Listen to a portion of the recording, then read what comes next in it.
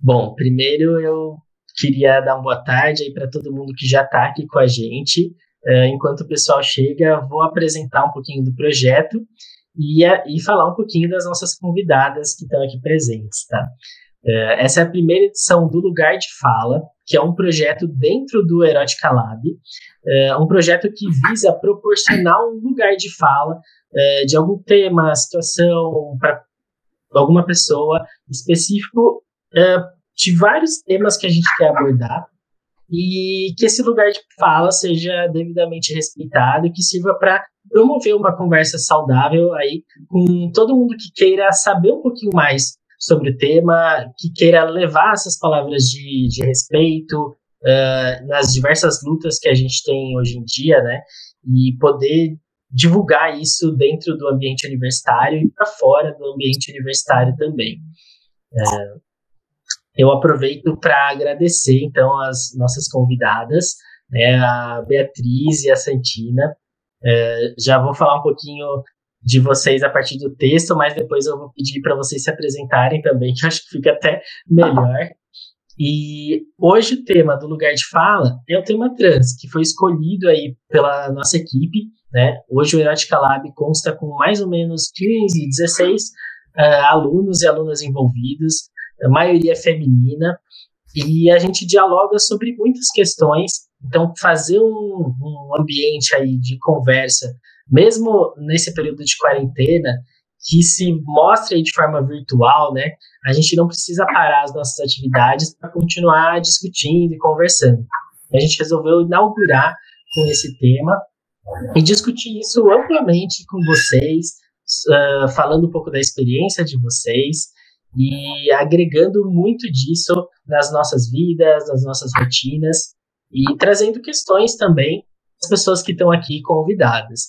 Então, aos nossos amigos aqui e amigas que estão assistindo, como é que vai funcionar?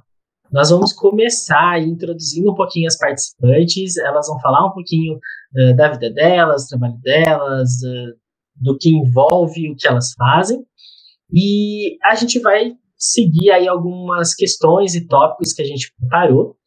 Ao final, a gente vai abrir diretamente para perguntas, mas enquanto a gente está conversando, quem está participando quiser colocar as perguntas no chat, eu e o Artemis a gente vai estar mediando e trazendo essas perguntas de volta aí ao final, tá bom? Nossa conversa está sendo gravada para a gente poder utilizar no YouTube, no nosso site e manter essas discussões aí tão necessárias. E vamos começar. Queria perguntar para o Artemis se o Artemis quer falar alguma coisa, colocar algum ponto. Você me interrompa, porque a gente está junto nessa, tá bom? Não, tá tudo certo, ficou certinho. E vamos lá. Então, eu vou pedir para a Beatriz e depois para a Bettina se apresentarem. A gente conversou um pouquinho ao longo da semana, né? A Beatriz Pagliarini é doutoranda em Linguística pela Unicamp, escreve para o transfeminismo.com e Trans Advocates Brasil, pesquisa na área e tem uma busca aí diversa de temas que são super importantes para a gente trazer também para a discussão. E a Santina, mulher trans, preta, trabalha com palavras, poeta, escritora, componente do coletivo Fumacê, atua como mestre de cerimônia e promove eventos culturais para a comunidade LGBT e comunidade negra. Então é uma honra ter vocês duas aqui participando com a gente, somando aí. Somos muito felizes em ter vocês aqui. Vou pedir para vocês se apresentarem e agora eu vou parar de falar. Eu começo então, Guilherme? Pode começar. Tá certo. Bom, obrigada, Guilherme, pelo convite. Oi, pessoal. Bom, como o Guilherme já disse, meu nome é Beatriz.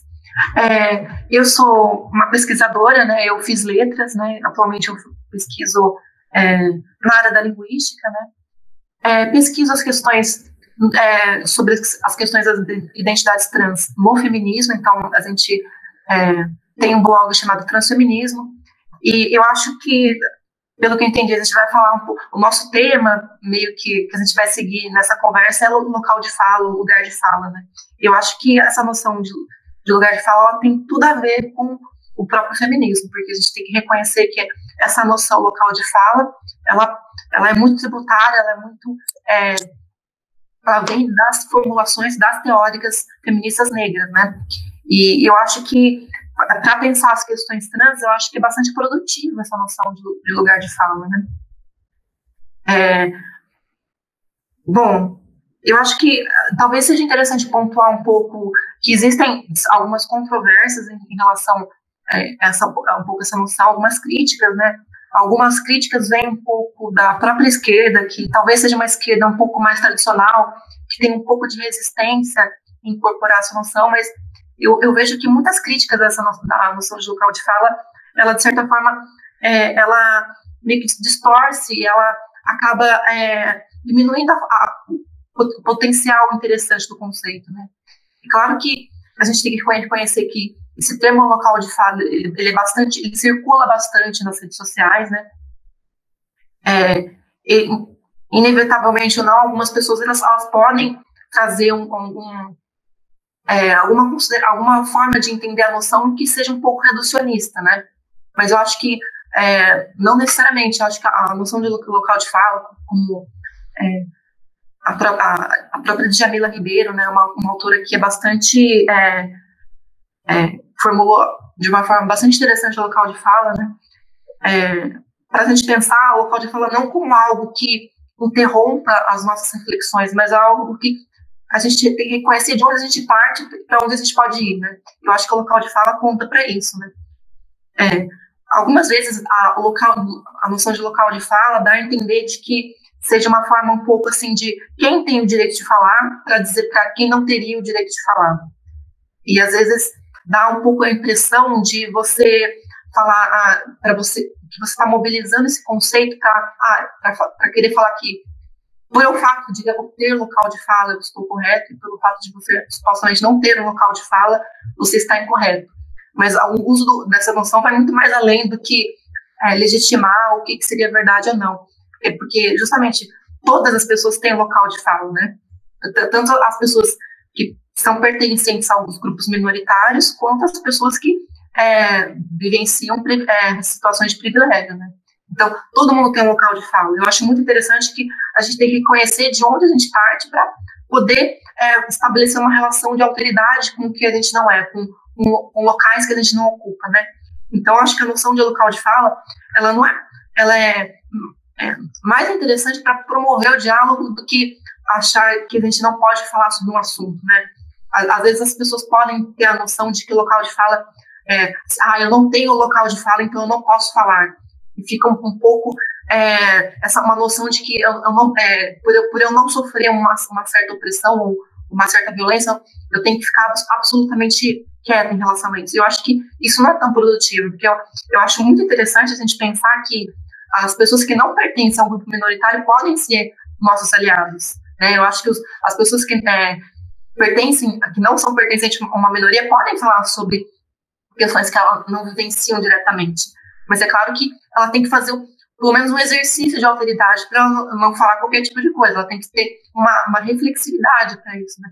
E eu acho que o local de fala não seria produtivo para essa noção de essa coisa meio de tornar um assunto tabu porque você não experiencia aquela vivência, mas justamente para reconhecer que todos nós falamos de um ponto de vista, de que reconhecer que a gente fala de um ponto de vista é importante para a gente construir conhecimento. Então, é uma noção que é produtiva para a gente pensar as formas de produção de conhecimento, né?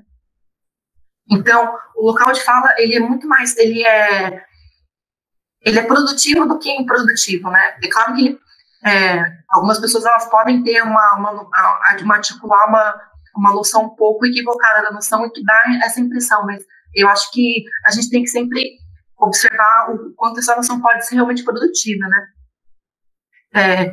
Bom, talvez assim, falando um pouco sobre uma das questões da minha trajetória, né, sobre, de onde eu falo, né, eu sou uma pessoa trans que experienciei, que vivi academia, eu fiz curso eu concluí um curso de letras, né, na Unicamp, concluí o mestrado, né, e eu acho que é bastante importante a gente pensar as condições de possibilidade de acesso para as pessoas trans poderem acessar espaços de educação. Então, a gente, para falar sobre pessoas trans na academia, nas universidades, a gente tem que começar a falar, talvez, de como as pessoas trans conseguem ou não acessar as escolas, né, o ensino básico. Né? A gente sabe que, infelizmente, muitas pessoas trans têm dificuldade em acessar os espaços de educação porque não têm a identidade reconhecida, muitas vezes, pela própria família, pelos próprios colegas, pela própria escola, e muitas pessoas trans acabam evadindo, né, que acaba tendo assim, um eufemismo, né, para falar que muitas pessoas trans são expulsas de casa, né. E talvez uma das questões, assim, bastante importantes para a luta do reconhecimento da identidade seja o nome das pessoas trans, porque a questão do nome social, né, e a gente sabe que com a decisão do STF, recentemente, se não me engano, 2018 ou 2019, ela permite com que as pessoas trans consigam retificar os documentos de uma forma mais desburocratizada, de uma forma mais fácil, na questão do cartório. Mas percebam que apenas pessoas trans maiores de idade e as pessoas trans menores de idade. Então, existe ainda um certo tabu, né, em relação a jovens, crianças, adolescentes trans, né, que a gente precisa abordar ainda. Percebe que a gente na área da educação, a gente tem algumas normativas que garantem o uso do nome social, inclusive para menores de idade. Só que já começa a ter uns certos entraves, né? Porque para menores de idade se espera que os responsáveis tenham que assinar um termo para permitir com que os seus filhos sejam tratados com nome social, né? E a gente sabe que muitas vezes os pais não têm uma capacidade de compreender as identidades trans dos seus filhos, né? Então, pode ser uma pequena minoria dos pais que aceitariam os filhos menores de idade, né?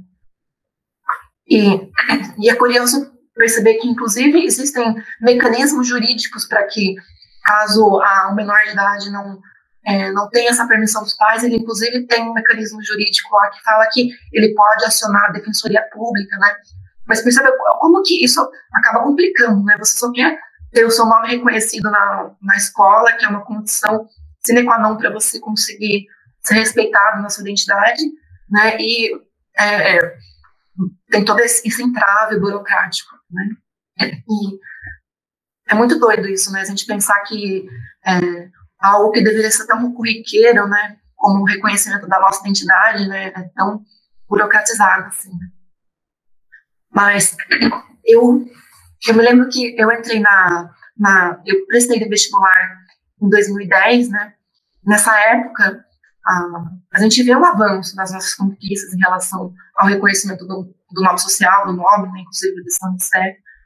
E a gente, inclusive, vê, se a gente pega 10 anos atrás, a discussão era mais difícil, né? Então, a gente percebe que teve um avanço nesses últimos 10 anos, pelo menos, né? E eu lembro que quando eu fiz vestibular, praticamente não tinha tanta visibilidade sobre as pessoas trans poderem usar nome social, né? Isso foi se construindo ao longo do tempo, né? E, inclusive, quando eu entrei em 2010, eu me via como uma certa posição de bastante solidão, porque eu não via outras pessoas trans também na universidade. E só a partir do passar dos anos que eu fui conhecendo outras pessoas trans na Unicamp, né? Mas nesse primeiro momento eu me vi numa posição meio solitária, né? Então, eu acho até interessante pontuar, assim, alguns possíveis obstáculos que as pessoas trans podem enfrentar, ou pelo menos enfrentaram, né, para pedir a política de nome social, porque antes do acesso à retificação a gente tinha portarias que regulamentavam o uso do nome social, né? Nas universidades, né? Só que muitas vezes, pela falta de ter quer dizer, existia um direito na teoria, no papel, só que na prática as pessoas não sabiam direito como funcionar, né? Então, colocavam o nome de registro em parênteses, né? E acabava não funcionando para nada, né? Sempre ficava uma certa polêmica de como que você vai colocar o nome social nos documentos oficiais ou não, né? os trabalhos de conclusão de curso também acabou sendo uma questão, porque existiria uma certa norma de que você tem que colocar o seu nome de registro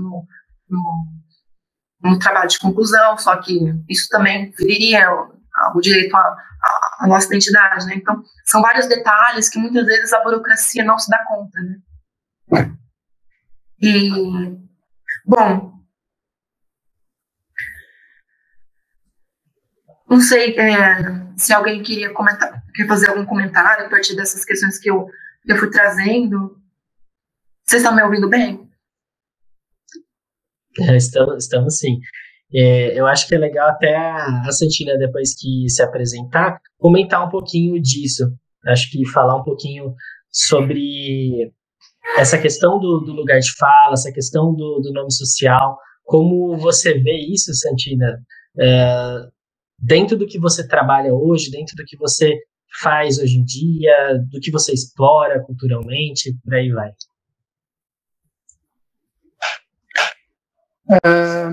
Boa tarde, pessoal. Espero que vocês estejam vivendo uma quarentena mais tranquila do que foi os primeiros dias. Espero que estejamos caminhando para um lugar mais tranquilo no meio desse caos todo que está sendo, 10 mil pessoas morrendo. Fique em casa. E, né, um pouquinho de blasé, mas meu nome é Santina, tenho 21 anos, sou travesti negra e sou poetisa e promotora de eventos culturais, né? Faço outros trabalhos também dentro da arte, né? Eu danço, atuo, faço tudo, assim, dentro da arte, no que se pode dizer, também de arte marginal. Sou organizadora, né? Organizadoras da Fumacê, formando mentes coletivas, que é uma casa cultural onde promove eventos LGBTs e eventos afrocentrados mesmo. E um dos eventos que eu organizo nessa casa, né, eu falo bem rápido, bem breve da Fumacê, mas a Fumacê tem tantas coisas assim que não consigo nem tomar muito tempo de vocês, porque a gente faz muita coisa. A gente tem um salão de cabelo, onde, né, a gente trabalha com autoestima e a beleza de negros LGBTs. E a gente tem uma loja de roupa independente e autorais, né, a Silk Palace.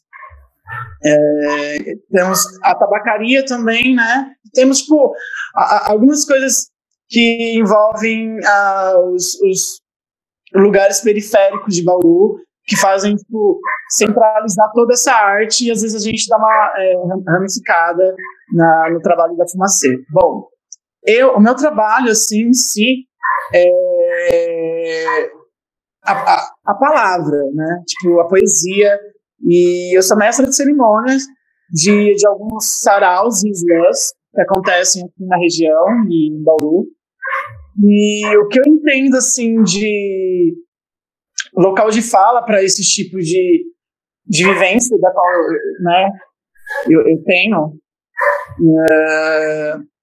é que o local de fala, ele faz com que, as pessoas tenham medo de falar, mas não é sobre ter medo de falar. É sobre saber o que falar e quem é você, sabe? A gente está muito perdido, né, nesse mundo de hoje, porque normalmente a gente nem sabe quem nós somos e quem representamos, né? Negros claros, negros escuros, transpassáveis, trans não passáveis. Sabendo que a gente pode ter um local de fala, a gente entende que não podemos também, ser o local de fala. A gente pode ter, todo mundo pode falar, todo mundo pode perguntar, não se pode falar por outros, sabe? Não se pode falar por outras vivências. Pode falar de outras vivências, mas não falar por outras vivências, sabe? Não vivi. Então, realmente, eu não tenho muito conteúdo para falar sobre. Só que não impede de você ser simpatizante, você respeitar, você apoiar, ou você falar, você perguntar. É falar sobre, e não falar, né, por essas pessoas.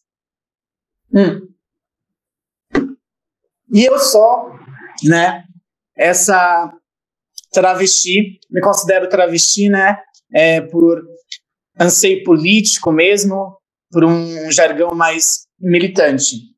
Não me considero feminista de nenhuma das vertentes, mas é uma luta a qual eu respeito e tenho uma certa intimidade no sentido de ser mulher mesmo e viver algumas coisas, né, o machismo, o patriarcado, e só que não me considero feminista por alguns motivos da branquitude e tudo mais, porque pensando sobre numa ótica feminista, esse feminismo que a gente tem, um feminismo tradicional, eu não me sinto bem representada e não é uma luta que faz sentido para mim.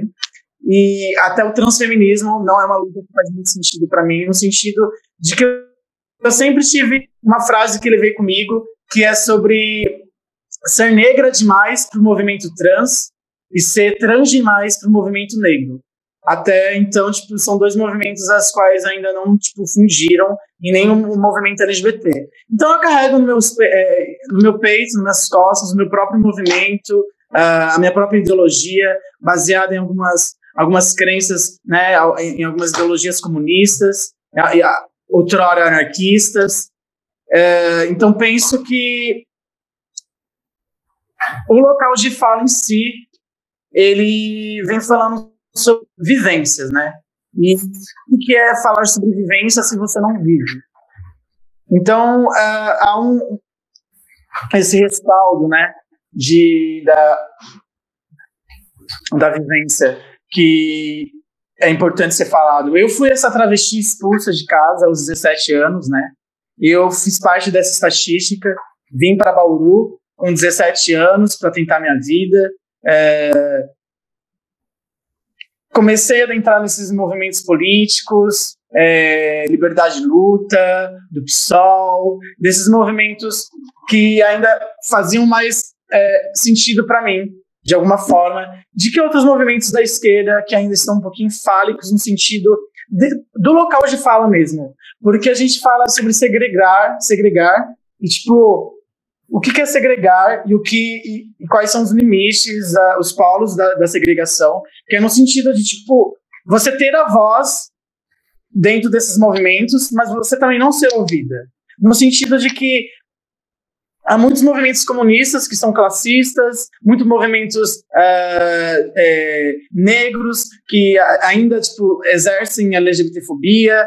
Então, tipo, sempre dentro desses movimentos, as quais eu já não, tipo, me considero parte deles, é justamente essas pequenas falhas que eu não estou disposta a modificar, que é os efeitos do local de fala, né? Tipo, nós somos pobres, mas dentro dessa classe existe pretos, dentro da classe existe LGBT, existem mulheres, entendeu? Então, por enquanto, eu me considero apenas o movimento da Santina mesmo. E, bom, é basicamente isso que eu tenho para falar sobre a minha trajetória. Eu também sou colunista do Jornal 2. Eu escrevo colunas, contos, escrevo e debato. Gosto de debater bastante. Gosto dessa fluidez dos debates, de conhecer outras opiniões. E sou muito grata com o convite da Erótica Lab. E bora lá, né? Começar aos tópicos. Se alguém tiver alguma pergunta, se alguém tiver alguma, né, observação para fazer, estamos aqui. E espero que vocês gostem dessa live. Oi, eu sou o Artemis, que tô aqui também, e eu acho que, até pra você, Santina, que você deve estar mais inserida nessa coisa, justamente por estar na prosa e tudo, a gente queria perguntar se você sente que tá tendo uma maior representação trans, tipo, a pessoa trans tá aparecendo mais na mídia recentemente? Essa é uma pergunta que tipo, me remete logo a Vera Verão, por exemplo. que são, tipo, representações desses corpos, ainda erroneamente, justamente pelo local de fala. Porque, pensa bem, esses produtores que estão incluindo corpos transexuais não têm estudo científico e laboratorial digno de representar esses corpos na TV, porque normalmente vem com alguns tipos de estereótipos já batidos, alguns estereótipos que vão fazer com que esse corpo ele ainda seja tipo confundido de alguma forma. E eu acredito que a representatividade vem aumentando, né? Mas, infelizmente, ainda esses corpos eles estão só sendo representativos para corpos ainda que, né, não é o meu, por exemplo. Eu sou uma travesti negra que conseguiu assistir Pose, por exemplo, que é uma série onde conta com o maior elenco transexual assim, já feito na TV mundial. Assim. Mas, pô, eu acredito que a representatividade ainda está caminhando com passos curtos para uma boa representatividade de fato. Então, enquanto não houver produtores e um estudo de fato que seja feito por nós, pessoas trans, não haverá uma representatividade que faça jus aos nossos corpos. E sempre surgirá papéis, personagens, artes que não vai ser guiado, não vai ser dirigido, não vai ser produzido, não vai ser criado por uma pessoa trans, que ainda vai surtir muitos efeitos conturbados nas mentes cisgêneras do mundo. Então, tipo, enquanto nós trans não fizermos isso atrás das câmeras também, não só ficar posando, não vai haver uma representatividade que faça jus aos nossos corpos. Então, eu acho que a representatividade está, né, tipo, mais ou menos, eu posso dizer assim, mais ou menos. Eu acho que eu pensei numa observação, né, Santina e Artemis.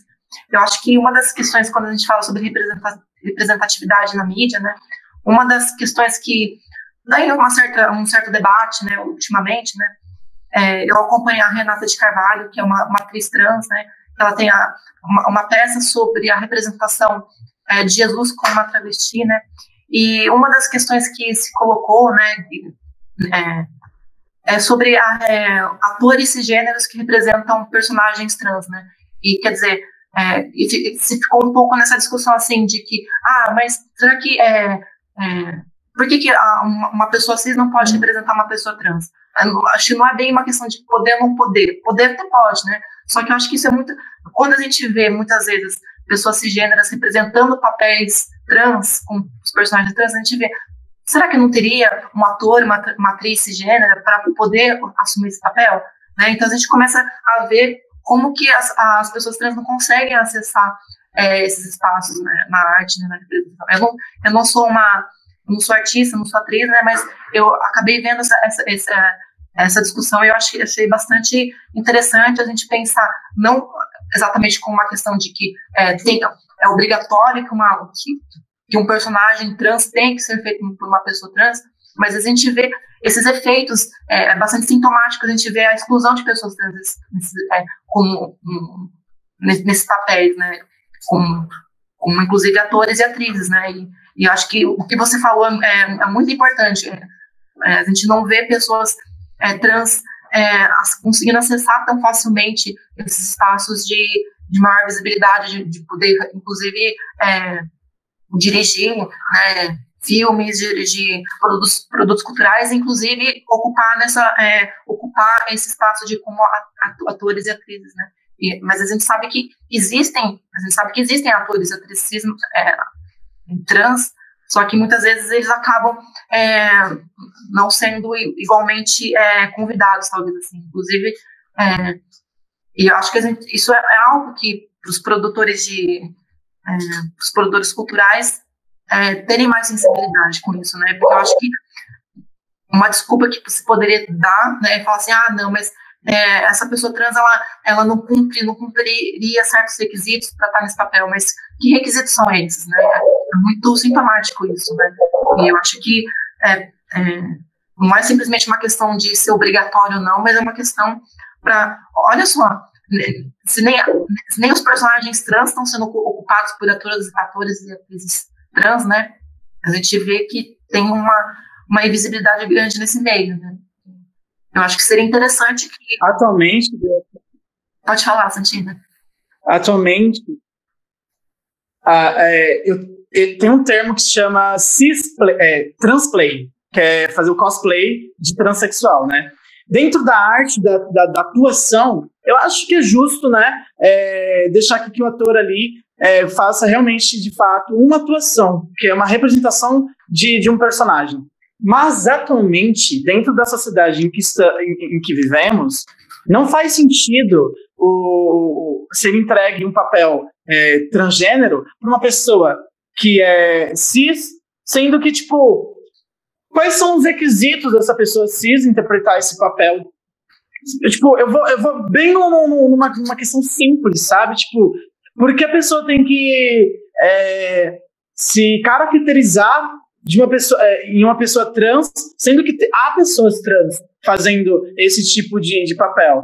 Então, eu sou um pouquinho mais radical com o meu discurso, no sentido de que não que seja obrigatório, mas eu mesmo, tipo, não faço parte de nunca assisti nenhum, não me permitir assistir nenhum filme ou teatro ou peça que seja interpretada por uma pessoa cis a um personagem trans, porque não faz sentido de fato quando vemos que 90% das mulheres trans estão na prostituição e outros 10% ou estão cursando um ensino superior ou estão sendo de fato artistas, que é o mais fácil e mais acessível para nós mulheres trans, a arte, né?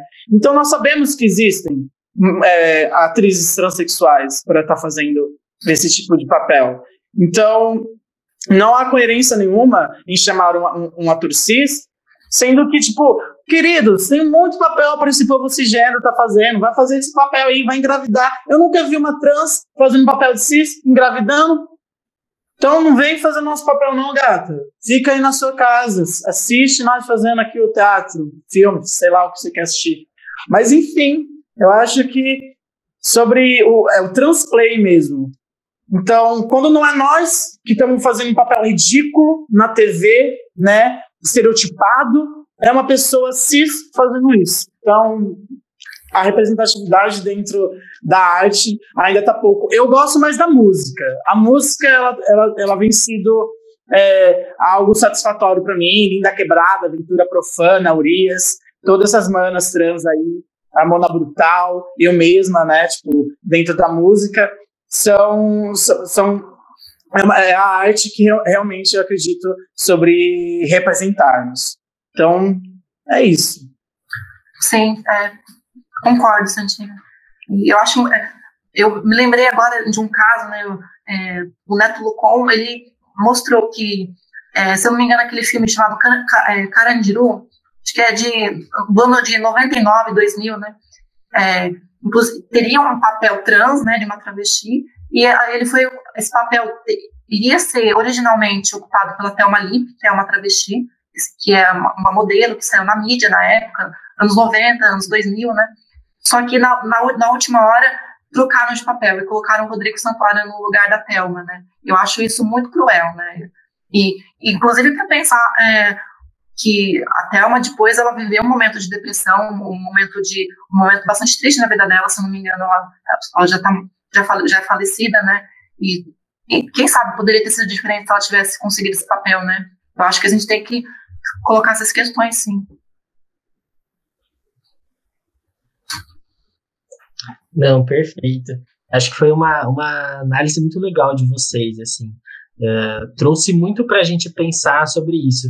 O que a Santina falou está dentro do que a gente tem que discutir cada vez mais, né? Beatriz, quando você falou lá no comecinho um pouquinho das questões legais, né, etc., eu queria te perguntar, e perguntar para a Santina também, o que vocês já viram ou estão acompanhando e que está para ser alcançado, ou que precisa ser alcançado nesse cenário legislativo ou no cenário político, vamos pensar assim. O que a gente espera para alcançar agora e que devemos alcançar ou precisa mesmo?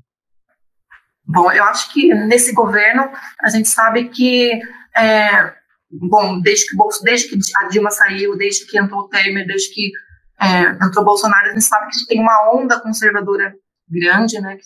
Então, existem obstáculos muito grandes para falar sobre as nossas questões, né? Então, medidas que poderiam ser mais ampliadas, como o Transcidadania em São Paulo, né? Então, a gente reconhece que as travestis, elas elas foram expulsas da escola e algo tem que ser feito. Então, a gente tem que oferecer bolsas de estudos para as pessoas trans voltarem a estudar. A gente tem que fazer projetos específicos para as pessoas trans. A gente tem que fazer cursinhos populares para as pessoas trans, né? E, por exemplo, medidas como o Transcidadania, que são bastante interessantes, mas eles ainda são bastante limitados. A cidade de São Paulo, a gente sabe que se não me engano, a deputada Érica Malunguinho, ela tentou ampliar o Transcidadania para o estado de São Paulo, só que a gente, infelizmente, vê resistência nesse governo, nesse contexto de austeridade fiscal, que a gente sabe que são as pessoas mais, as minorias vão ser as mais atacadas nesse contexto, né? Então, eu acho que, a gente teve, acho que é interessante ver que antes um pouco de Bolsonaro, da ascensão do Bolsonaro, inclusive do Temer, a gente tem que reconhecer que existem certos avanços nessa área legal, como a própria decisão do STF. Só que, inclusive, a gente tem que apontar que seria interessante, inclusive, a gente ter um projeto de lei, porque a decisão do STF é do legislativo, né? Seria interessante ter uma decisão do legislativo, porque o STF, se não me engano, é judiciário, né? Então, seria interessante que fosse aprovado um projeto de lei para que se reconhecesse o reconhecimento jurídico das identidades trans, para além da decisão da STF. Seria uma coisa para deixar mais consistente essa decisão, né? A gente sabe, por exemplo, que no Uruguai existe uma lei, um projeto de lei muito interessante, né? Que é um projeto de lei integral para as pessoas trans. Então, inclusive, preconiza indenização para as pessoas trans que foram perseguidas durante a ditadura militar daquele país, né? E perceba que discutir essa questão aqui no Brasil parece ser muito mais difícil, né? Porque qualquer política afirmativa que a gente faça para as pessoas trans, parece que vem uma onda, né, de querer questionar isso, de essa onda conservadora de querer estigmatizar as pessoas trans, esse mito da meritocracia, esse mito de que cada um está por si, e isso é muito perverso, você desconsiderar a importância de medidas que visam diminuir essa desigualdade, diminuir essas injustiças, né? A gente não pode pensar que o poder público ele tem que se eximir disso, né? E é triste pensar que no contexto atual do Brasil, essas propostas, elas enfrentam muita resistência, né? Porque a gente está num contexto de acirramento desses pânicos morais, muitas vezes, né? Então, falar sobre questões trans para menores de idade em certos contextos, pode parecer criar um pânico de você falar que você está influenciando a criança, sexualizando a criança, sendo que não é, né? Então, tem muitos debates ainda que a gente tem que tirar um pouco essa distorção, né, esse estigma em relação à identidade trans, para a gente poder avançar, inclusive, em termos legais, né? Eu acho que essas meio que são observações mais gerais, assim, né?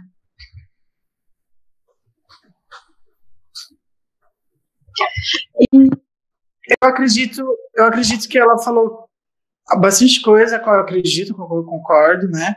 Ainda você tinha falado um pouquinho antes, não sei se você falou agora, mas sobre cotas também para pessoas transexuais. E acho que está perfeito, Beatriz. Tudo que você falou, acredito que é um caminho que precisamos seguir. O interessante é que já temos muita representatividade dentro da política, e a minha ideia para complementar a sua, é que tenha mais pessoas transexuais dentro da política de fato, mas para isso acontecer, a gente precisa de pessoas transformadas também, né? Então, eu acredito que fica nisso da formação dessas mulheres trans, né, da acessibilidade, da entrada dessas pessoas trans na faculdade e logo na política. Então, só complementando o que você disse mesmo. Eu faço as minhas palavras.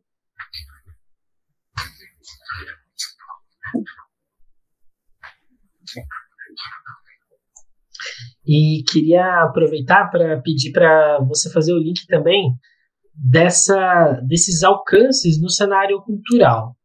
Então, o que você vê? Você já falou um pouquinho disso, mas se quiser abordar em algum outro aspecto, trazer essas referências que você trouxe. Ficou baixo? Eu acho que tentaram ligar aqui e eu acho que deu um bug de ficar baixo o telefone, talvez eu tenha que entrar novamente. Entendi. Às vezes dá uma falhinha também. A gente teve uma aqui agora há pouco. Ó, você quer tentar sair? Eu vou tentar fazer isso. Tá.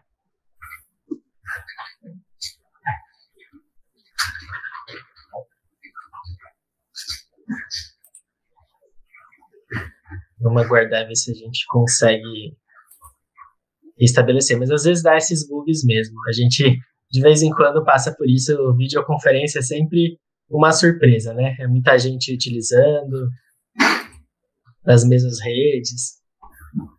Melhorou? Não, perfeito.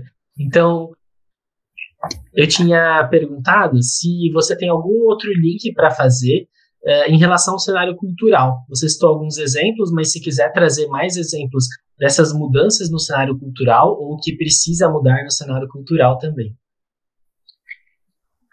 Eu acho que no cenário cultural existem muitas artistas transexuais, mas o que está dificultando é a entrada dos mesmos para esse cenário de fato. Mas aí é algo mais intrínseco dentro do cenário cultural, por exemplo, algumas pessoas conhecem Bauru, por exemplo, ou outros lugares, assim como o hip hop, né? Que é um cenário ainda muito machista e né, nem preciso dizer que transfóbico. Então eu acho que é intrínseco o que eu acredito que deve melhorar com a cultura, que é sobre uma reforma dentro de quem já faz a cultura, deixar não, né? Não tem que deixar, mas fazer com que seja de mais fácil acesso a essas pessoas trans estarem adentrando esses movimentos culturais. Porque existem artistas. Só não está existindo essa união, essa falta de transfobia, né? Tipo, o que eu acredito que a cultura está falhando mesmo, no sentido de acesso, é fazer com que essas mulheres e homens transexuais sejam excluídos dessa cultura, como a Beatriz citou, da Thelma, né, do Carandiru, um caso tristérrimo. Tipo, existem, sabe? Existem pessoas capacitadas transexuais para exercer arte. Não existem espaços para essas pessoas exercerem a arte. Então, eu acredito que está faltando só mais esse espaço mesmo.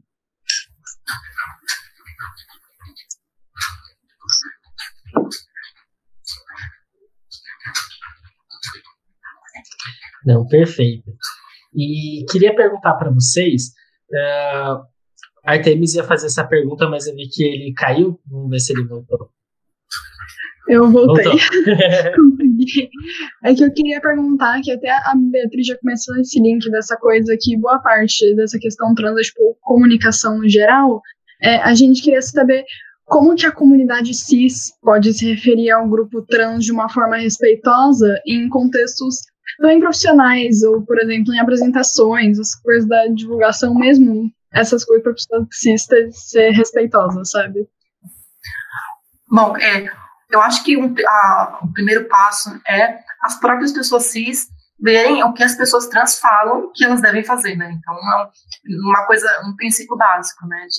De você respeitar como as pessoas cis devem respeitar como as pessoas trans estão falando sobre si, como as pessoas trans acham que é a melhor forma como elas devem ser referenciadas, né? E, inclusive, por exemplo, eu acho bastante curioso no contexto profissional, eu já vi algumas pessoas, alguns profissionais nesse contexto de empresas, né,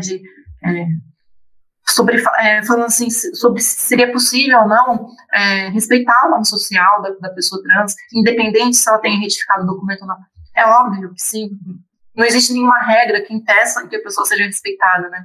Então, eu acho que as pessoas, a gente tem que divulgar que o respeito às identidades trans não é algo opcional, e também não tem que existir necessariamente uma lei que obrigue a pessoa a respeitar a pessoa trans para ela respeitar a pessoa trans. Não, a gente tem que entender que é um princípio básico de humanidade, é um princípio básico de respeito, né? Às vezes a gente sabe que, infelizmente, alguns locais de empresas podem não pensar assim. Então a gente tem que saber também que tem que ter mecanismos legais para proteger as pessoas trans de discriminação no trabalho. Mas a gente sabe que é muito difícil, né, de colocar essas medidas em prática, né? Porque como que, por exemplo, você pode provar que uma pessoa trans foi discriminada no trabalho e foi demitida, né? É muito difícil você provar isso e mais difícil ainda você conseguir abrir um processo e, quem sabe, receber uma indenização, né? Então, mas é claro que, por mais que isso seja difícil, a gente tem que lutar para que existam mecanismos legais para a proteção das pessoas trans, para que o direito ao trabalho seja, porque a gente não está falando a gente está falando do acesso às pessoas trans a locais de trabalho, e para uma pessoa trans conseguir acesso a um local de trabalho, o uso do banheiro não tem que ser uma questão, porque você tem que... O uso do banheiro, por incrível que pareça, é uma questão que acaba dificultando o acesso às pessoas trans em espaços de trabalho, né? E, inclusive mostra a importância de mostrar, não, as pessoas trans, elas têm que usar o banheiro com a qual elas se identificam, mas a gente não tem que pensar as pessoas trans como pessoas perigosas que vão... Porque a ideia que se faz de uma mulher trans é de que ela é um homem, na verdade, que vai invadir o banheiro feminino. E essa ideia é muito estigmatizante, porque coloca a mulher trans como, primeiro, nega a identidade dela, e segundo, que pressupõe que ela é um perigo, né? A gente não pode tratar as pessoas trans negando o reconhecimento da identidade dela e pressupondo que ela vai ser um constrangimento para as pessoas cis. Não, a gente tem que fomentar espaços para que as pessoas trans as pessoas cis não vejam as pessoas trans como uma ameaça, né? Então a gente tem que ter medidas. É claro que seria ideal que as pessoas espontaneamente compreendessem isso e não precisasse de ter uma medida legal, mas infelizmente a gente tem que muitas vezes colocar a velha, assim, a questão, o processo, né? Se você desrespeitar isso, você vai estar à mercê de processo, né? Inclusive, a gente sabe que o acesso a locais de trabalho para as pessoas trans é difícil, né? E a gente falou do acesso à educação, mas, inclusive, seria interessante pensar em medidas para que as pessoas trans consigam acessar empregos, né, através de medidas afirmativas. Então, a gente poderia, inclusive, pensar em isenção de imposto para empresas que contratem um determinado número de pessoas trans. Então, a gente tem que pensar nisso, né? Mas é claro que, no contexto de conservadorismo que a gente vive, né, muitas vezes nessa hegemonia desse discurso liberal de que cada um por si, né, de cada um tem que se virar, né, de que o Estado não tem que fazer essas medidas para proteger as pessoas mais vulneráveis, né, que elas vão, em relação a essas opressões, elas vão estar, inclusive, mais vulneráveis, né? Então, isso é algo que nos coloca ainda mais obstáculos para que a gente consiga avançar essas questões que deveriam ser tão básicas, né?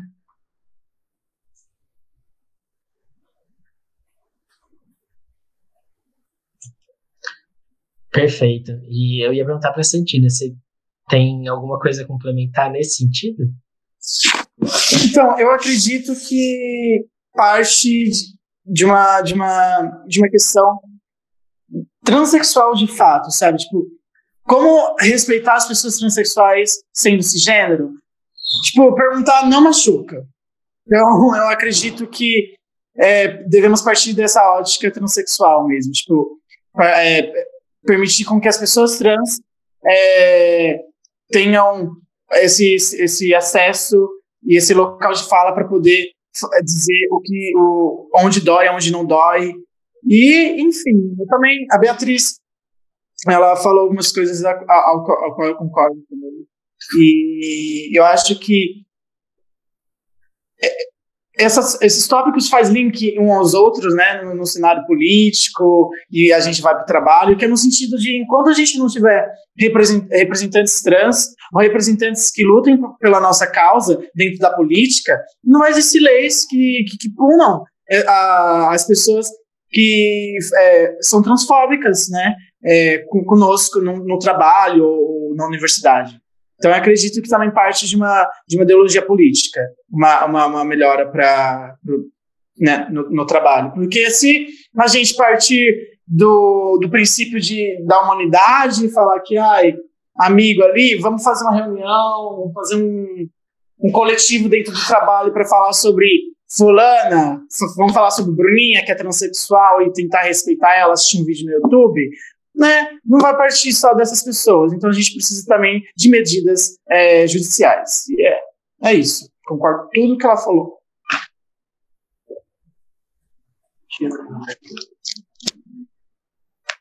Não, legal. E eu acho que a gente pode fazer mais 2 perguntas e aí já abre para perguntas se mais alguém tiver, para não ficar tão extenso também para vocês. E eu pensei em a gente tentar fazer esse link, no caso da Beatriz, com o cenário acadêmico. Então, na sua experiência no cenário acadêmico, esse campo foi um campo aberto para você? E você acha que hoje é um campo aberto para outras pessoas explorarem? O que você pensa sobre? Bom, eu consegui encontrar um ambiente receptivo para pensar as minhas questões dentro da universidade, né? Mas, infelizmente, talvez eu não possa, generalizar a minha experiência para as demais pessoas trans, né? Inclusive, isso limpa, inclusive, com a noção de local de fala, porque eu falo enquanto local de fala, enquanto pessoa trans, mas a gente não pode pensar que existe um único local de fala trans. Existem diversas experiências trans, existem diversos recortes possíveis, não existe uma única experiência trans, né? Então, eu, como pessoa trans, eu tenho que reconhecer os meus privilégios, né? Enquanto uma mulher trans branca, né? Enquanto uma mulher trans que teve um apoio familiar, que conseguiu ter esse apoio para conseguir ingressar na universidade. A gente não pode esperar com que as demais pessoas tenham essa mesma vivência, e a gente também não pode esperar que as pessoas, para que a gente tenha acesso às pessoas trans na universidade, que elas têm que cumprir com esses requisitos de privilégio. A gente tem que pensar o acesso à educação e ensino superior como algo democrático, né? Então, eu vejo que existem avanços, não dá para negar que existem avanços. Então, é só ver, pega 10 anos atrás, você não tinha visibilidade, você pode ver sintomaticamente pelos pedidos de nome social.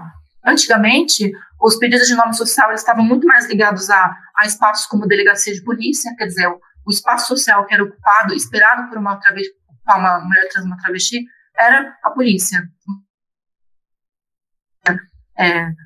Um decreto falando que era para respeitar o nome social. Em qual instituição pública que você esperava encontrar uma mulher trans travesti? Na delegacia, né? Você não esperava encontrar uma mulher trans travesti na escola ou na universidade, né? A partir do momento que a gente começa a ver, existem pedidos de nome social, e começaram a ver essas demandas de nome social nas universidades, a gente começa a ver que existe um processo, mesmo que lento, né, de ingresso dessas pessoas, né? Eu acho que as reitorias, as organizações dessas universidades, elas não podem fingir que esses alunos eles não vão encontrar certas dificuldades. Eles podem encontrar dificuldades, né? A gente pensa que vários estudantes, muitas vezes, eles mudam de cidade, eles têm que mudar de cidade para poder acessar a universidade, né? E vão ter que encontrar lugar local para morar, vão tentar encontrar alguma república, algum pensionato, alguma kitnet, alguma coisa assim. E a gente sabe que, por exemplo, esses espaços, eles podem estar segregados por gênero. Então, qual é o espaço que você espera que uma mulher trans travesti, qual vaga que você espera que ela ocupe, né? Então, a gente tem que pensar nesses detalhes, inclusive, né? De qual é o alojamento que uma mulher trans travesti ela vai ser aceita no alojamento feminino, por que não seria aceita, né? Então, perceber que esses detalhes eles poderiam passar batido, né? Só que eles dizem respeito também a como as pessoas trans vão poder acessar a universidade, né? E eu acho que a gente sabe que existem medidas, as universidades elas fazem medidas para que os alunos que estão em vulnerabilidade tenham alojamento público, né? Então a gente tem que pensar, as universidades elas têm que pensar que as pessoas trans vão ter situações específicas de vulnerabilidade. Não dá para negar isso, né? As universidades elas têm que acolher essa demanda, né? E bom, acho que é mais ou menos isso, assim. Mas talvez o que seja mais complicado é que talvez esteja tendo estudantes ingressando, né? Mas professores trans são ainda mais difíceis, né? Eu conheço, por exemplo, a Jaqueline Gomes de Jesus, né? Mas o Guilherme Almeida, algumas pessoas que estão na academia, né? Que são pessoas trans, mas ainda são poucos professores, né? Que são trans, né? E isso talvez possa impactar no que se pesquisa, né? Porque os professores, eles são também pesquisadores, né? Eles dão visibilidade para eles criam linhas de pesquisa sobre o que a gente vai pesquisar, né? Quais vão ser as nossas perspectivas teóricas sobre... Então, a princípio, a gente sabe que muitos professores cisgêneros, eles podem estar receptivos para alunos trans que queiram pesquisar questões trans, só que a gente sabe que pessoas trans como produtoras de conhecimento talvez tenham mais dificuldade de terem as suas perspectivas inscritas nesse funcionamento institucional da universidade, né? Porque isso não é óbvio, né? Para que isso diz respeito a que tipo de autor você cita no seu trabalho. Você está citando autores trans? Você está dialogando com teorias formuladas por pessoas trans, por autores trans? Isso a gente tem que colocar principalmente para os pesquisadores cisgêneros que pesquisam questões trans, né? Como assim você vai pesquisar questões trans sem citar autores trans? Sem citar, porque a gente não pode mais achar que pessoas trans não escrevem, as pessoas trans escrevem. As pessoas trans escrevem, muitas vezes, pessoas não só brasileiras, inclusive pessoas norte-americanas, né, que já talvez conseguiram ter uma condição para escrever, mas a gente sabe que existem pessoas trans que produziram conhecimento. E como assim você não vai dar visibilidade? Então, é uma política aí, né? Porque a gente sabe que existem pesquisadores, são pessoas cisgêneras, que pesquisaram questões trans, mas talvez por um enfoque ainda um pouco, assim, de encarar pessoas trans como objeto de pesquisa, não como sujeitos também. As pessoas trans, elas não são só uma fonte de pesquisa para você ir lá e pesquisar um assunto interessante. Não, as pessoas trans, elas são sujeitos de pesquisa. Elas formularam questões sobre a própria condição delas, né? E não dá mais para o pesquisador achar que ele vai lá ir no campo, coletar informações e ficar por isso mesmo. Não, ele tem que... As pessoas não são objetos, você tem que dialogar com o que a gente produz, né? E, infelizmente, alguns pesquisadores cisgêneros, eles tiveram um certo conflito, né, em relação a isso, porque a gente pode, inclusive, com o próprio termo cisgênero, né, a questão da cisgeneridade, né? Alguns pesquisadores cisgêneros, eles ficam meio relutantes em aceitar esse termo, né? Só que as pessoas trans mostram a importância do termo, né? Não dá para reconhecer, desmerecer a importância de como a cisgeneridade ela é importante para os pesquisadores se vejam justamente no seu local de fala, né? Então, bom, meio que são essas ideias assim, que dizem respeito à produção de conhecimento e diz respeito de como as perspectivas das pessoas trans são reconhecidas, são inscritas no ambiente universitário, né? Isso tem tudo a ver com como as nossas vozes elas vão ser silenciadas ou não, né? Eu acho que as pessoas elas têm que começar a darem, principalmente os próprios pesquisadores que são cisgêneros e falam sobre essas questões de gênero, né? Eles não podem ficarem isentos, né? dos escritos das pessoas trans, né? Inclusive, eu me lembrei agora de uma disciplina que se tratava, uma disciplina de uma universidade que se propunha a falar sobre os estudos trans, né? Só que pouquíssimos autores trans na bibliografia, né? Então isso não é aceitável mais, né? Você tem que incorporar, para você falar sobre estudos trans, você não pode incluir só uma ou duas pessoas trans, você tem que incluir mais pessoas trans, você está desconsiderando vários outros autores, né? Inclusive, a gente fez uma crítica a essa ementa dessa disciplina. É interessante reconhecer que houve receptividade, porque muitas vezes as pessoas, inclusive, podem não conhecer esses autores, né? Então, frisar a importância da visibilidade dos autores trans na academia, né? Eu acho que isso é uma questão muito importante, né? E mostrar que, é claro que é importante, inclusive, mostrar o mérito de como eu faço uma crítica, eu não quero fazer uma crítica para só acabar com a pessoa, eu quero que a pessoa realmente acolha as nossas demandas, né? Realmente compreenda o porquê da crítica, né? Eu acho que é isso, né?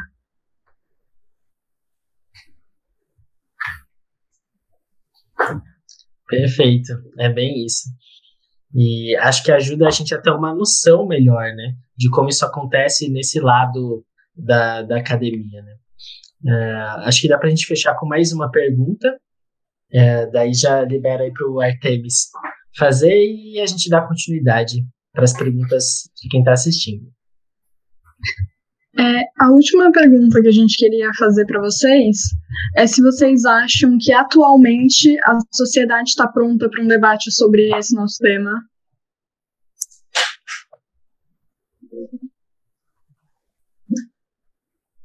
Você quer responder, Santina? Não sei. Eu acho que você pode responder pra gente. Olha, se a sociedade está pronta ou não, eu acho que assim, eu acho que a gente não pode esperar que uma situação ideal para só depois a gente começar a falar sobre nossas questões, assim. Num certo sentido, nunca vai estar 100% pronta, né? A gente tem que meio que forçar essa prontidão, assim, né?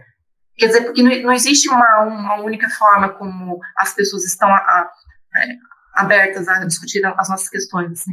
Eu acho que, por mais que talvez nem todos os espaços estejam abertos, prontos, a gente não pode achar que isso vai ser impeditivo para que a gente fale sobre as nossas questões, porque falar sobre as nossas questões meio que não é opção, né? É meio que para ontem, né?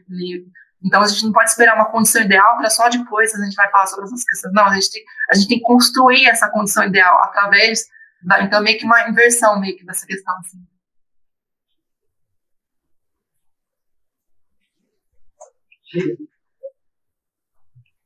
Eu acho que a sociedade não está preparada para esses debates ainda, não, para ser honesta. Acredito que eles estão preparados para outros tipos de estratégias, né? Que a gente já tem meio que feito, que é, tipo, está saindo mais às ruas, por exemplo. Tipo, Beatriz, tem quantos anos, mais ou menos? Tenho 27. Tem 27 anos, já é mais velha que eu, por exemplo. Tipo, tenho 20 anos, 21, e pelo menos a minha geração é uma geração que sai mais pra rua. Mas, tipo, a geração da minha mãe travesti, das minhas irmãs travestis mais antigas, não saíam nem na rua. Então, saíam na rua à noite, de madrugada, para se prostituir. Inclusive, que é algo ainda que tem acontecido. Infelizmente, em meio da quarentena, as nossas manas estão aí nas ruas. Mas o fato é que, tipo, eu acredito que a primeira estratégia que a gente tem feito agora é estar vencendo essas estatísticas, sabe? Tipo, temos aqui o Davi, que é um homem trans que está, tipo, formado, temos a Beatriz, né, que é doutoranda. Então, tipo, eu acredito que essas são estratégias que vão ser eficazes por enquanto. Não sei se estão prontas, a sociedade está pronta para esse tipo de debate, justamente porque eles nem entendem o que é local de fala. E aí eles vão ficar tipo, mas eu não posso falar também? Gata, pode falar. Fala aí eu já cancelo, já não quero mais fazer o debate. Mas eu acredito que a gente está fazendo, tipo, traçando outras estratégias para que isso aconteça, né? No sentido de formação e também da cultura. Mas, por enquanto, eu acho que a sociedade ainda vai ficar um pouquinho, tipo, mas é meu local de fala também. Tá bom, local de fala de todo mundo. Perfeito, acho que você respondeu super bem, assim. Queria abrir, então, para perguntas, para quem está participando aqui da nossa conversa. Eu vi que a gente já tem uma pergunta. Antes da gente começar essa primeira pergunta, queria pedir para vocês se divulgarem. Tinha muita gente que mandou mensagens privadas. Onde que a gente encontra elas nas mídias? Onde é que a gente troca ideia? E perguntaram se você, Santina, tem canal no YouTube, tem alguma... Por onde você divulga suas artes? Todas. Eu ia falar pelo Tinder, tô brincando. Tá perfeito. Atualmente eu tenho 3 materiais soltos no YouTube.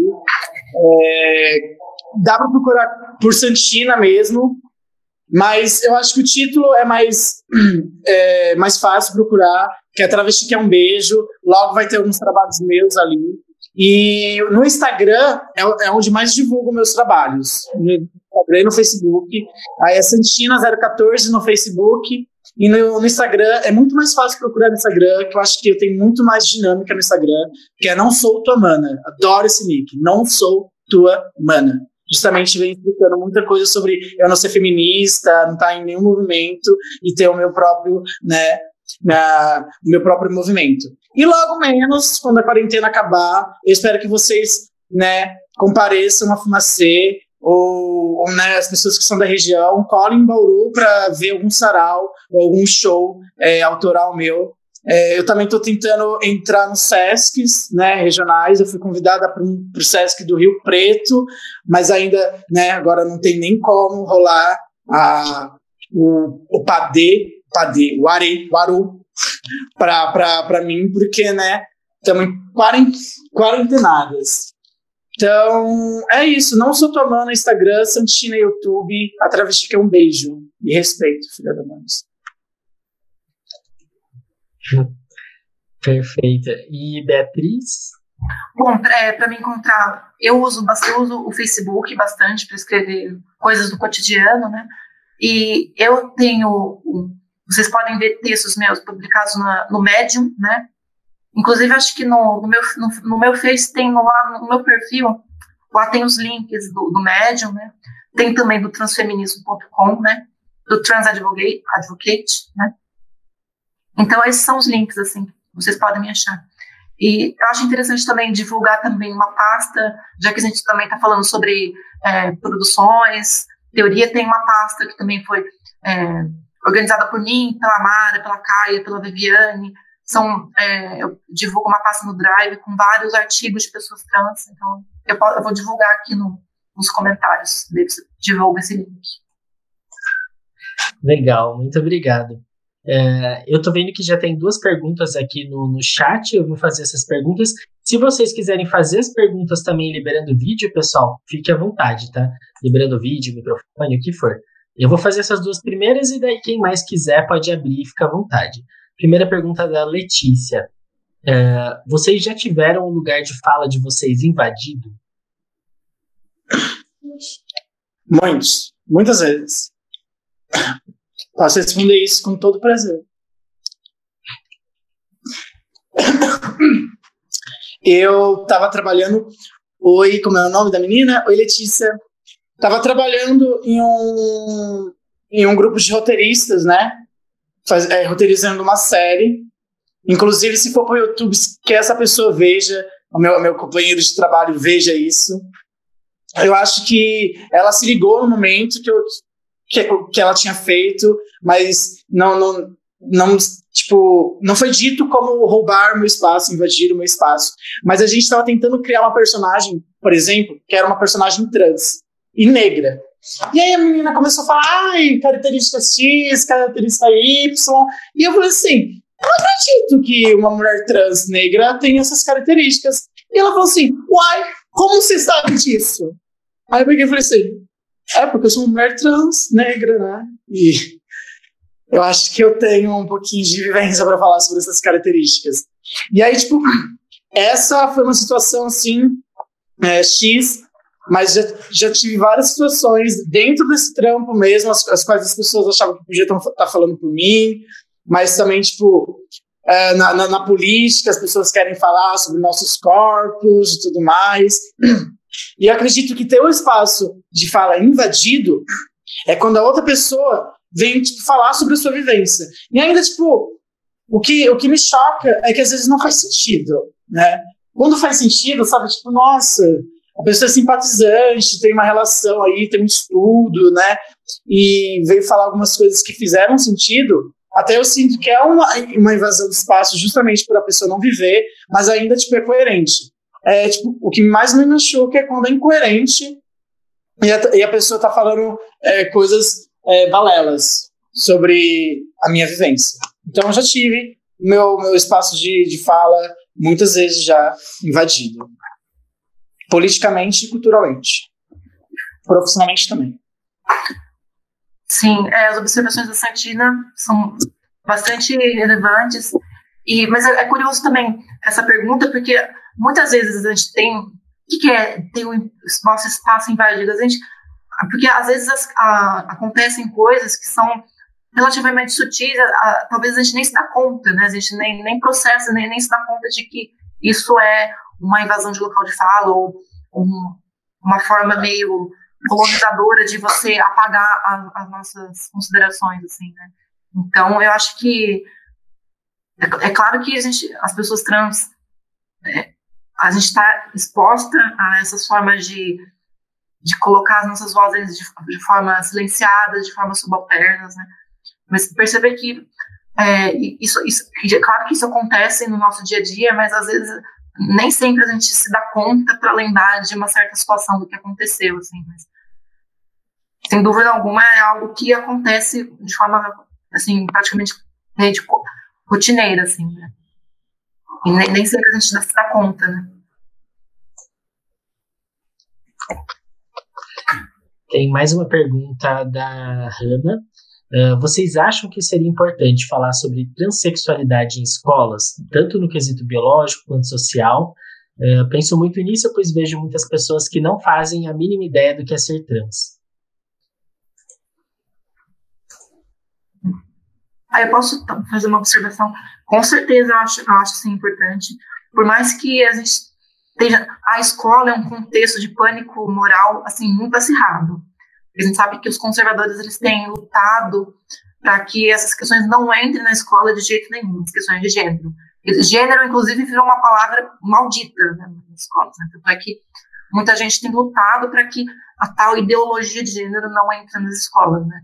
Mas existe toda uma distorção do que seria essa ideologia de gênero.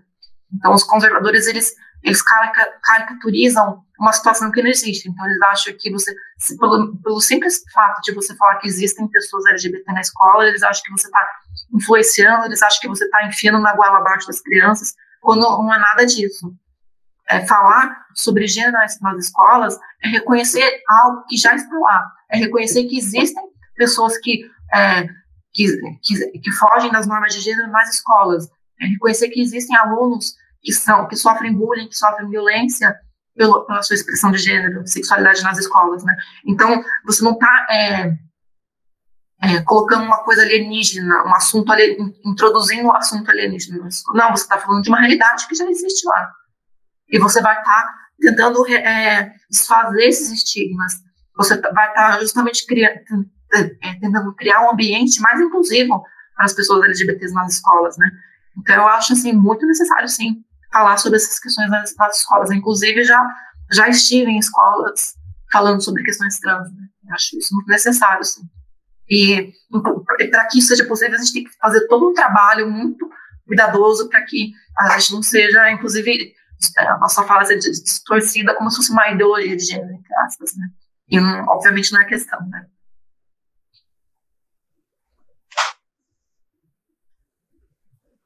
Eu acho que respondeu tudo, falou tudo. Não, perfeita também. Tinham perguntado mais uma coisinha aqui no WhatsApp que chegou pra gente, se vocês têm referências de livros, filmes, pessoas para indicar que falem sobre a área ou que são pessoas trans, filmes sobre a temática. referências, no geral? Eu acho que eu posso falar sobre filmes e músicas. Eu acho que a Beatriz tem mais referências de livros e citações. Eu acho que a maior série, assim, que vai ajudar muito, tipo, quem tá, assim, o eixo, assim, o norte aí, é Pose. Pose, de posar, Pose. É uma série que está disponível a primeira temporada na Netflix e fala sobre o início da revolta de Stonewall, né? O início das casas, das iniciações das casas, dos bailes. Eu poderia me devagar aqui para falar mais ou menos como foi o início disso, mas eu tô com um tempo um pouquinho acirrado.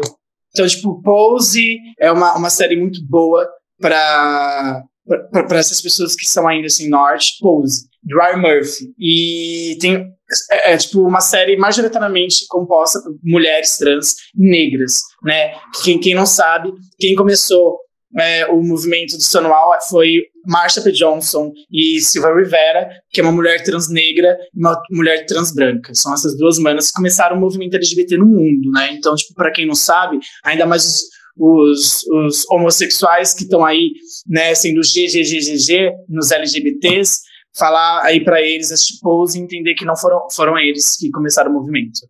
E tem alguns documentários que também falam sobre isso. Paris is Burning é muito bom. E eu gosto tipo, de falar sobre música, para vocês entenderem muito, algumas coisinhas sobre o nosso mundo. Eu recomendo. Eu vou até escrever o nome delas aqui enquanto eu vou falando. Mona Brutal é uma rapper muito boa e eu acredito que vocês precisam conhecê-la. Linda Quebrada é uma outra cantora que vem falando sobre, né, essas vivências transexuais. E Ventura Profana, estou escrevendo tudo aqui. Ventura Profana é outra mana aqui brasileira. E a única gringa, assim, branca que eu conheço, transexual, que fala um pouquinho sobre transexualidade é a Sophie, que é uma mana áustria. Então, tipo, essas manas aí e Pose e Paris is Burning são recomendações fáceis, assim, de se entender o que é, né, transexualidade. Umas indicações que eu posso dar. A primeira coisa que me veio à cabeça é, assim, de autora estrangeira, né? A Júlia Serrano, né? Eu acho que a partir da Júlia Serrano vocês vão ter, assim, um leque de referências bem interessante, porque apesar de não ter nenhum livro dela inteiro traduzido, tem alguns trechos do livro dela que são traduzidos, mas quem conseguir ler em inglês, assim, eu recomendo a Júlia Serrano, né? Eu acho que ela consegue abordar, assim, questões que articulam o movimento trans e feminista, assim, de uma forma, assim, muito boa. Ela consegue, assim, ter uma linguagem bem acessível e consegue tocar em questões, assim, bastante fundamentais. Então, Júlia Serrano. E eu mandei o link da Produções Teóricas Literárias Trans, então, recomendo aqui vou recomendar minhas amigas, né?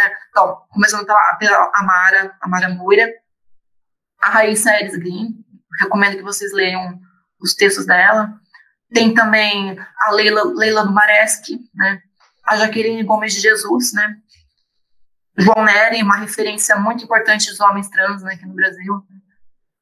Então, tem a Luma Nogueira de Andrade, travesti acadêmica também. Guilherme de Almeida, a Hayley Kass, que também comigo junto com o blog Transfeminismo. Eu recomendo, existe também uma revista acadêmica norte-americana que é destinada exclusivamente para os estudos transgêneros, né, que é a Transgender Studies Quarterly, né, TSK, né, que é uma revista acadêmica que foi pensada para os estudos trans, né, de uma forma não médica, né, de pensar os estudos trans dentro das humanidades. Então, uma revista interdisciplinar, eu recomendo bastante, né. Muito obrigado. Eu vi que a gente tem mais 2 perguntas. Santina, você acha que dá para a gente fazer? Dá tempo? Eu acredito que se formos breve, eu consigo responder a pergunta da Camila Ramos com uma coisa mais sucinta, assim. A gente consegue responder as duas perguntas, sim. Legal, perfeito. Então, pergunta da Camila Ramos. Oi, boa tarde. Queria saber se vocês acreditam que artistas drags podem acabar roubando o lugar das mulheres trans na mídia em geral.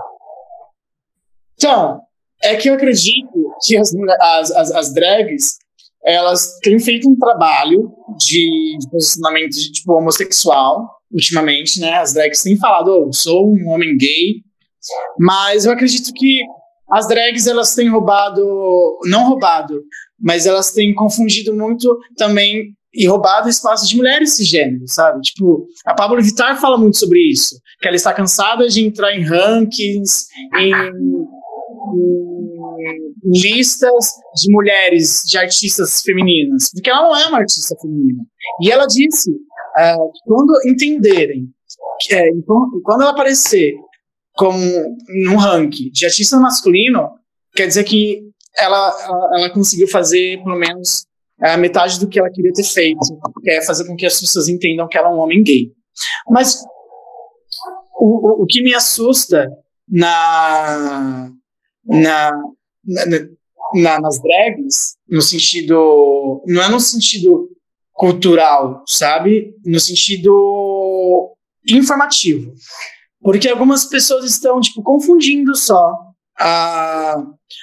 essas manas.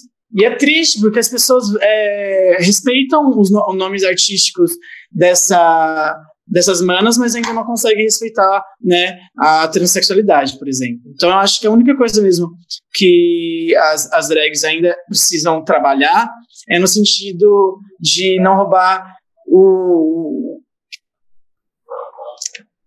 espaço físico mesmo, trans, sabe? Tipo, artista, eu acho que elas ainda estão até roubando espaços femininos, mas transfemininos é um pequeno detalhe ali que tá, tipo, né, solto em tanta confusão ainda que vem gerado as drags. Mas não acredito que seja, tipo, um erro dessas manas aí serem drags e fazerem arte. É um erro, né, da sociedade ainda que não conseguiu compreender de fato e que, tipo, são homens gays.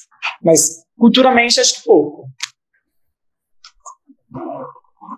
Não, legal. E vamos para a última pergunta, a pergunta do Ricardo. O que vocês acham sobre a hipersexualização e fetichização dos corpos trans?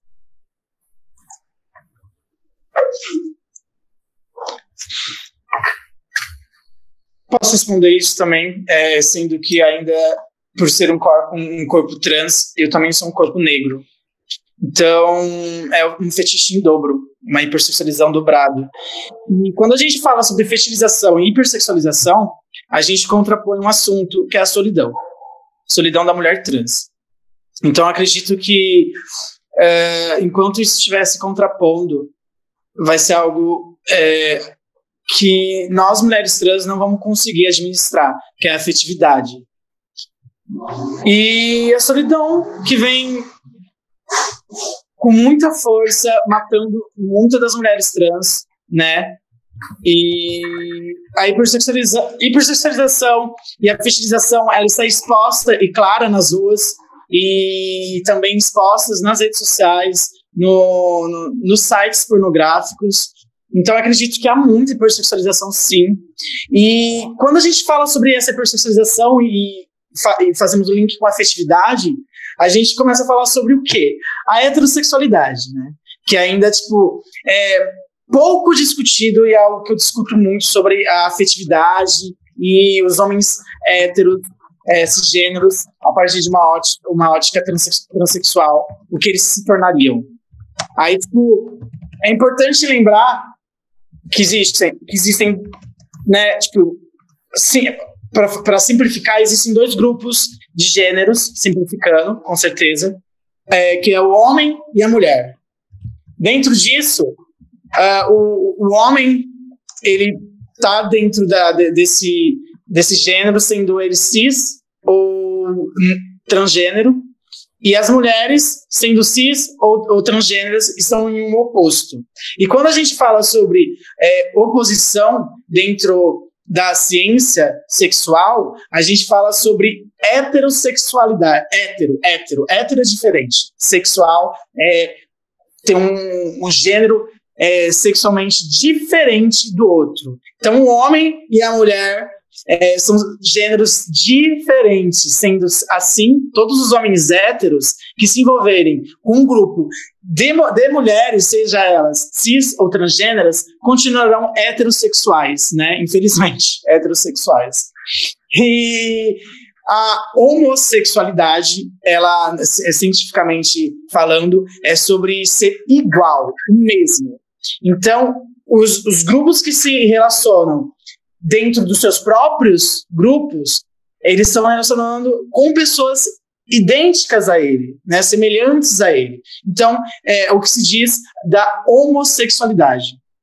Então, tem algumas coisas que a fetichização e a hipersexualização meio que cega a nossa sociedade, que é, né, a sexualidade em si, que faz com que os homens héteros procurem nós nas ruas, mas ainda, tipo, né, fazem a que a gente sofra a transfobia e a solidão. E a falta da afetividade, né? Porque para a gente, enquanto um corpo sexual, há muita procura, mas enquanto um corpo afetivo, há zero procuras. Perfeito, Santino. Nossa, eu lembrei agora assim, de relatos de mulheres trans travestis de que é muito comum elas relatarem que os homens que saem com elas não saem com elas publicamente, né? Então, bem essa coisa das saídas as escondidas, né? E o que isso mostra, né? Justamente que o afeto público às mulheres trans e travestis é negado, né? Então, eu acho que falar sobre essas questões de hipersexualização é tocar sobre os estigmas que envolvem as pessoas trans e por que não se espera que as pessoas cis demonstrem afetividade para as pessoas trans. Isso é uma forma de desumanização grande, né? Isso. Mas, inclusive, que existem alguns debates sobre afetividade que acabam sendo um pouco distorcidos, porque as pessoas elas podem pensar que as pessoas trans elas estão forçando que pessoas se atrás, que saiam com elas, como se isso fosse uma prova que a pessoa não fosse transfóbica. Eu acho que isso acaba sendo uma distorção sobre esse debate que é muito maior. A gente está discutindo sobre essa questão de afetividade, sobre essa questão de desumanização, de tornar essas pessoas não passíveis de serem mostradas em público, né? E eu acho que como as pessoas acabam meio que distorcendo isso para achar que você é obrigado ou não a sair com uma pessoa trans, a gente acaba perdendo muito desse debate que é tão importante, né? Não, realmente, acho que as falas de vocês foram muito precisas para responder essa pergunta e vamos encerrar para não ficar mais tão longo assim. Queria agradecer muito a presença de vocês, a disponibilidade, por estar nessa conversa, por responder muitas dúvidas que eu tinha, que o grupo tinha antes da gente começar, né? E agradecer a todo mundo que participou. Muito obrigado aí pela participação. Recadinhos, a gente vai deixar tudo isso disponível no YouTube do Erótica Lab, também no nosso site, a gente faz o mesmo link. E muito obrigado mesmo. Obrigado a todas que estão aqui presentes. Que ótimo, que bom que tem gostado. Também gostei de participar. Foi um prazer, pessoal. Prazer.